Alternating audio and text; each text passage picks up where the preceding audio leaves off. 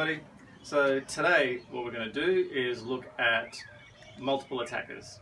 Now this is primarily what we do in our system, but I also want to discuss some of the things that we see on YouTube in terms of demonstrations, and I also want to compare the dynamics that we see between a one-on-one sparring type scenario and a multiple attacker or group survival type scenario. So we're going to look at the different dynamic, the different drivers that the participants or exponents involved have. We're going to look at what do we determine is a success, like what type of mindset do we have, and we'll have a look at some of the techniques or movements that we look at as well. Okay. Before we get into it, before we get into all the details, I just want to explain a couple of things. So ultimately, there are two different types of fighting. So there are a lot of systems, a lot of styles, a lot of techniques, all that sort of thing, but ultimately there are two different ways of fighting. So one is what we call our socially organized, socially influenced fighting, and the other one is survival. So your socially influenced, socially organized fighting is what you see in competitions, it's in sparring, it's in things like that. Ultimately, where someone asks, would you like to fight? The other person says, yes, I would. And then they start. And then you start seeing the differences in the dynamics and the mindsets that we're going to talk about in a minute. In a survival mindset, usually there's at least one person there who does not agree.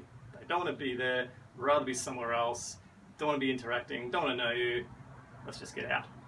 So those are the two ultimately, and we're going to discuss those differences. Let's have a look at the dynamic, the different dynamic that you have between a one-on-one sparring type scenario and a group dynamic scenario. So you'll see in the sparring, there'll be a lot of people standing tall, a lot of shaping up, very flat-footed, and not a lot of very dynamic moving around. It's usually circling around each other, maybe feigning for a shot, trying to test something out, determining the other person's strategy. You know, usually quite a bit of time taken up just in doing that, and not as much actually in the application of anything. So that's the sparring type dynamic. Now in the group dynamic is very different. You really don't have the time to shape up, you don't have the time to sort of feign a kick, feign a movement or anything like that. It's a lot messier. That technique can't be seen that clearly, and really you've just got to be going from one person to the next, to the next, to the next, to the next. So what are the difference in drivers? Right, now in a sparring type scenario, the drivers are dominance, speed, power, strength. Right, so I want to win, I want to compare myself to this person, I want to be better than that person. Now in a survival scenario, I don't give a crap about any of that sort of stuff. I don't care if I'm better, I don't care if I'm more powerful, stronger, you know, better looking, whatever. What I care about is that I just stay alive. And the driver for me there is I have freedom to move, I am moving, and I have energy. So that I'm feeling energized. I'm starting to feel slack or like my energy is being drained. That's the opposite of what I want. I always want to be up at that high energy level. So that's the difference in the sort of drivers that we're looking for. So once again, sparring, I'm looking to dominate, I'm looking for speed, I'm looking for power. But in a survival mindset, it's freedom, it's energy, it's movement. So what is a successful result then? In sparring, like I said, it's did I dominate? Did I make them submit? Was I the winner? In a survival scenario, it's just a case of, okay, yes, I'm still alive, I'm still intact, fantastic. So obviously very different comparisons there. Now, let's have a look at some of these techniques that are taught. Right. Now, generally, you'll see this a lot in your sparring. You'll have a lot of punches, a lot of kicks, and clinches and grabs and grapples and takedowns and that sort of thing. Now, in a group survival scenario, it's quite different. You do see on YouTube where there are quite a few where they talk about, okay, this is the strategy here, and I round this person up and I can punch them there and I can kick them there, I get this person in the clinch, you know, and I can use this person in a clinch to move around and then use them as a shield against someone else. That's all well and good, but if you look at those sorts of videos, the people who are attacking are really being quite placid. So that sort of thing can work in a low pressure situation, maybe where, I don't know, the attackers might be a little bit drunk and just felt like doing something like that.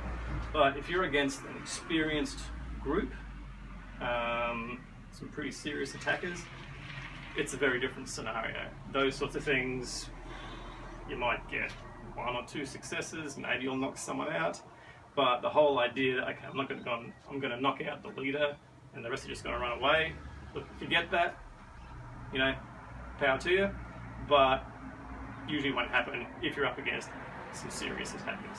So the reason a lot of these strategies or techniques don't work in a group survival situation is because it's kind of like trying to fit a square peg into a round hole. It's like I'm trying to get this technique that works in a one-on-one sparring type scenario where I've got all the time to throw this punch, all the time to throw a kick. I can be on the ground with them for as long as I want, you know. No one's going to come and bother us all the time in the world, yeah, and it's quite safe to do so. Right now, in the group survival situation, you don't have that. So as I said before, you don't have the time, you don't have that kind of luxury, and you don't have the safety net of just one person. If I can control this one person, then you know everything's all taken care of. There's all these other people to be concerned about. So what we do, what our strategy has to be around, is the fact that there is no time, and because there are a lot of people here, I don't have a lot of space to do my movements either. So our techniques can't really be all that broad. I can't throw a big long punch, I can't throw that big wide kick. So everything has to be a lot shorter. Now, this is where we get onto, say, the concept of the 1-inch punch. So the 1-inch punch isn't really a punch, it's more of a concept, right? It can be demonstrated through a punch, but even the way it's demonstrated, that you see where someone punches the person and they go back and they fall into the chair and then the chair falls over, that's not really how it's applied either. So it's not meant to be a strike that knocks a person over. It's meant to be a strike that just penetrates, makes it feel on inside that something's happened. And the way it's always demonstrated is someone standing here, the other person standing there, and boom, you know, it's done. Now, how it's really applied is as I'm running through a group, all I've got is just a fraction of a second to apply something, and it's just got to come out, and then I've got to be moving on to the next thing. So that's the 1-inch punch, and it can be with any part of the body. It doesn't have to be the punch, it can be here, it can be here, it can be the body, it can be leg, hip, anything. But it's that idea that I've got 0 time to achieve something, and it's got to be done instantly, and then moving on to the next thing. So that's the concept of the 1-inch punch, and that's the difference between, you know, a punch in a sparring type scenario and a punch in what we do here. Now, the other thing is kicks. So in a sparring scenario, yes, I can throw a kick, I can take out, I can do a sweep, I can do a front kick, I can do a big roundhouse, I can turn my back and throw a kick out, and whatever they're called, moon crescent kick or whatever, I don't remember. But the point is, once again, I've got the time. I can throw that kick out, and more often than not, you see that it doesn't usually land. But when it does, look, I'm not going to say these things aren't dangerous. I'm not going to say a punch and a kick in a sparring scenario can't knock you out. I'm not going to say that grappling isn't dangerous. I don't want to get my arm in a lock or anything like that. Those guys will break your bones. Being in a choker hold isn't fun. You know, all of those things. But what we're saying is, in a group scenario, trying to apply those things is a lot more difficult. So when I'm in a group, if I'm going to throw a kick, what happens is I lose all my mobility. So I throw this kick out to plant one, and the time it takes for this leg to get from here, say, to there, is enough time for these guys to run around on the side here, and while I'm focusing on this guy here, I'm getting attacked from here, and I'm gone. So what do? Our legs have a different purpose. Our legs here take us from point A to point B. Right? So if I need to get to my exit over there, because I'm being attacked by all of these guys, the legs have to be moving. And if I'm working from this person to this person to this person, leg work has to be very dynamic. So I'm changing direction very quickly, have to be very agile and very responsive. So the legs have that job to do. Kicking doesn't really fit in there. It's quite obvious to most people that if I take someone to ground, so if they go to ground, I go down with them and I'm against a group, the rest of the group is just going to surround me, punch me, kick me, do whatever they want. It's a very vulnerable place for me to be, and I don't want to be there. Now, one of the other things that I've seen, as I mentioned before, I see YouTube videos where the guys say, get this person in clinch, use them as a shield. I can use him I can go this way and block him from these guys, move him this way. I can throw a little knee in there if I like, and that sort of thing. And once again, that's all well and good if I've got nice compliant attackers, right? But if this guy here is fighting back, or if he's deciding that he's not going to let me move him, then that's much harder, right? So what we do, we have this concept of what we call non-grab. So really, I don't want to be stuck on someone. So either mentally or physically. That is either I don't want to be grabbing them, I don't want to be pushing them, but I don't want to be feeling any resistance. So all of our strategies revolve around this whole idea of needing to stay free, needing to stay energized, need to keep moving. So if I'm grabbing someone, I'm not free, I'm not moving, and not energized enough either. So when you are in full flight, you're moving very quickly, you do feel that energized sort of feeling. But if I'm starting to get stuck on someone, if I'm starting to be grabbed by someone, that energy drops considerably, my movement drops, and obviously my freedom is gone. So these are the difference between the two drivers. So if I'm trying to dominate, I'm trying to win, yes, I'll grab this person, I'll throw them to the ground, I'll want to do something to that person. But if I'm surviving, I'm trying to stay safe, and I just want them dealt with as quickly as possible. So when we apply our strategies or our techniques, they're applied in the mindset of, like I said, need to stay free, need to be energized, need to keep moving, and I've got next to no time to do it all. So that's the pressure that we have. Now, in a sparring scenario, like I said, it's different there, but quite often the approach in a sparring type environment is, you see the enemy there, and it's like, okay, I think I can take him, or, I reckon I can work out their strategy and all that sort of thing. Now, in a survival scenario, when you're up against, a group of people, probably bigger than you as well, you can't be thinking, I think I can take him, that doesn't work. It's a different mindset. It's usually just a case of, oh, crap, I gotta go, and you just have to go, right? Now, like I said, all of our strategies are applied: freedom, energy, movement, time. One of the big problems that we have, though, is the mind. So if I'm up against a group or something like that, or even up against just one, and suddenly I'm there going, yep, I know all these things, freedom, energy, blah, blah, blah, whatever. And I go, right, now I get to use my strategy, all my strategies that I've learnt against this person or against this scenario. That's going all the way back into a sparring sort of mindset. That's going back into, yep, I think I can do it with these things, or yep, I reckon I can take him, or I want to try my technique, I want to try my strategy, and that's all back in the sparring dynamic. It's all back in that sparring mindset.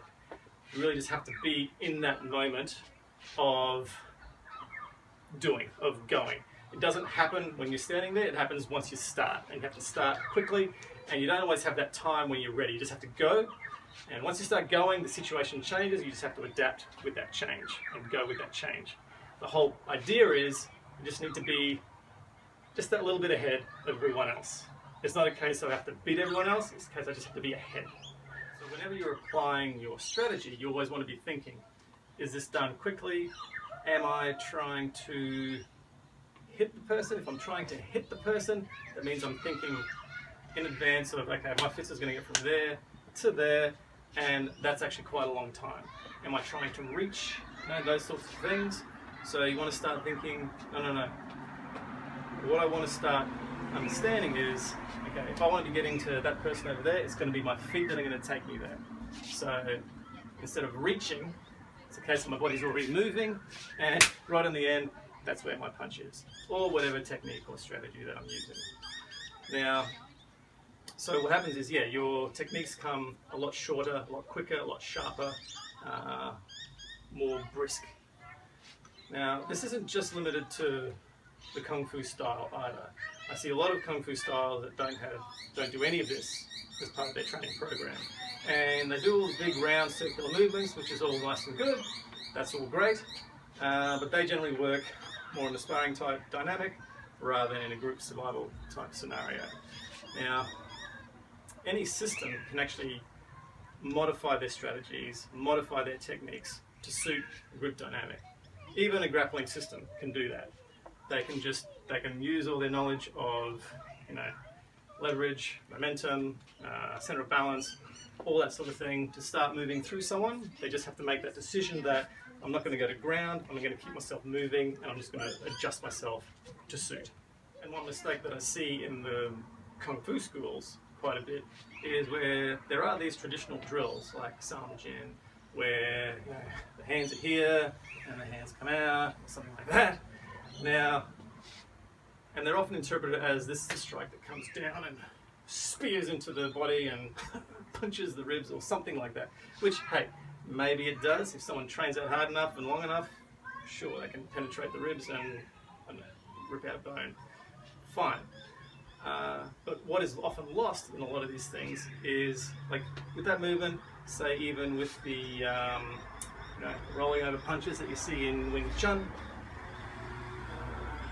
when you see it being applied, what they forget is that it's actually, what's missing from that whole thing is the body momentum, that the body's actually running towards someone, got all this mass, used to your advantage, but when it's demonstrated or when it's applied, it's done in a sparring type dynamic, and so what you lack then, what you miss out on is that body mass, to use as a weapon for yourself, and it's just done with the hand movements, and it comes across as much less potent and quite ineffective when you put the body behind it and you're actually launching yourself to the other person, and these techniques come out to assist that. Then you have a lot more effective strategy. So I think that's what's missing from a lot of application, and when things are taught, they are often taught just standing still, but if you throw in that extra idea of the body momentum is part of your weaponry, then things start fitting in a lot better. And a lot of the traditional drills or forms that you will see actually fit, and the techniques actually then make sense. So I hope you found all this informative, hopefully it makes sense, and it's something that you can apply to your training. Once again, if you have any questions, drop them in the comments below. I really hope you enjoyed it. I hope you actually heard things that I was saying instead of just looking at this guy.